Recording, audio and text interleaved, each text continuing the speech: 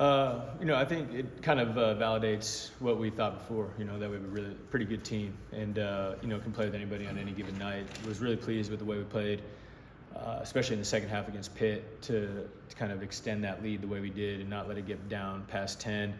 And then obviously kind of playing a different style against Baylor. Did a lot of good things.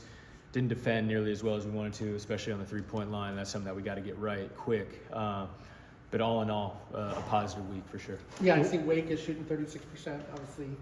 And, you look at their roster, they got 2 6'10" guys, too, just kind of the binds that they could put you in defensively, and how you guys counter that. Yeah, I mean, they're pretty standard. They do play two bigs a lot.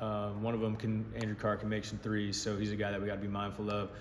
A lot of good perimeter scorers. They got 3 guys that can really put it on the deck and score or catch and shoot threes and make shots.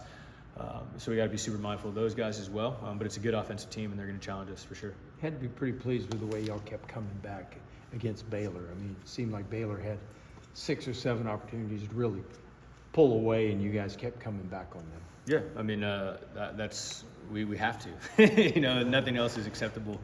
And I think, as we continue building this team and get more comfortable, my hope is that that's a big part of our DNA, is just our competitive spirit. I think these guys are really good that way. And, they were up for the challenge. Obviously, we fell a little short, but, we kept that game pretty close to tied all the way through the second half. They hit some big threes, man, to kind of stymie our run.